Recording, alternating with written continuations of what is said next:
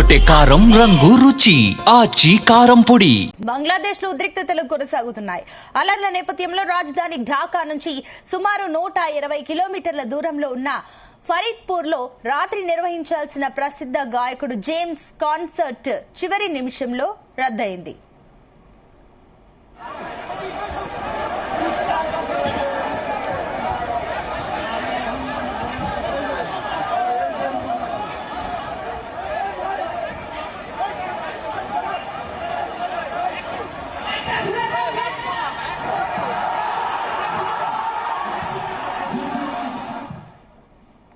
సంగీత కచేరీ శుక్రవారం రాత్రి 9 గంటలకు జరగాల్సి ఉంది.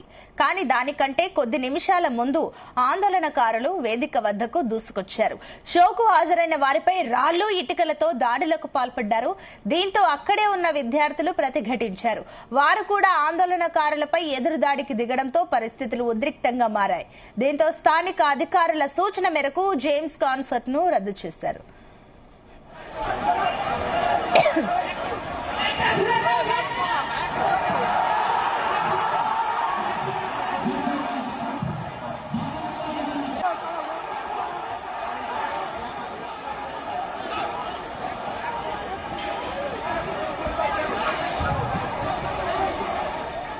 ఈ ఘటనపై ప్రముఖ రచయిత్రి తస్లిమా నస్రీన్ తీవ్రంగా స్పందించారు. బంగ్లాదేశ్ లో సాంస్కృతిక కార్యక్రమాలపై దాడులు పెరుగుతున్నాయని తెలిపారు.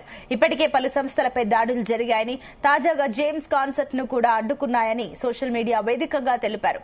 కళాకారులు సంగీతం, సంస్కృతిని భద్రంగా కాపాడుకోకపోతే విదేశీ కళాకారులు కూడా బంగ్లాదేశ్ కు రావడం మానేస్తారని ఆవేదన వ్యక్తం చేశారు.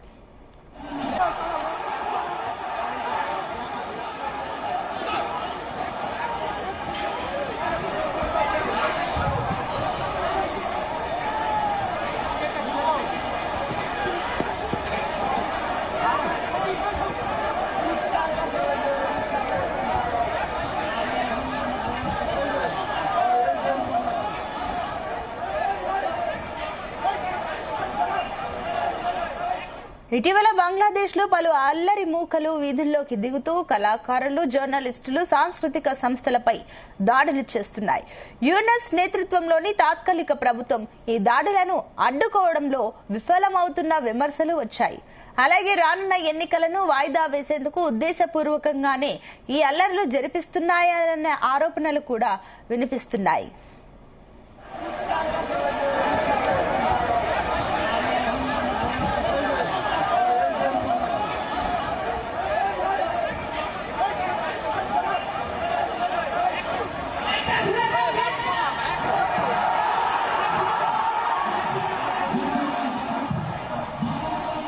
బంగ్లాదేశ్ లో ఉద్రిక్తతలు కొనసాగుతున్నాయి. అల్లర్ల నేపథ్యంలో రాజధాని ఢాకా నుంచి సుమారు 120 కిలోమీటర్ల దూరంలో ఉన్న ఫరీద్పూర్ లో రాత్రి నిర్వహించాల్సిన ప్రసిద్ధ గాయకుడు జేమ్స్ కాన్సర్ట్ చివరి నిమిషంలో రద్దయింది.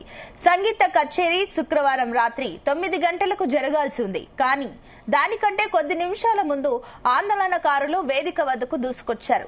షోకు హాజరైన వారిపై రాళ్లు, ఇటుకలతో దాడులకు పాల్పడ్డారు. దీంతో అక్కడే ఉన్న విద్యార్థులు ప్రతిఘటించారు. వారు కూడా ఆందోళనకారులపై ఎదురుదాడికి దిగడంతో పరిస్థితులు ఉద్రిక్తంగా మారాయి. దీంతో స్థానిక అధికారుల సూచన మేరకు జేమ్స్ కాన్సర్ట్ ను రద్దు చేశారు.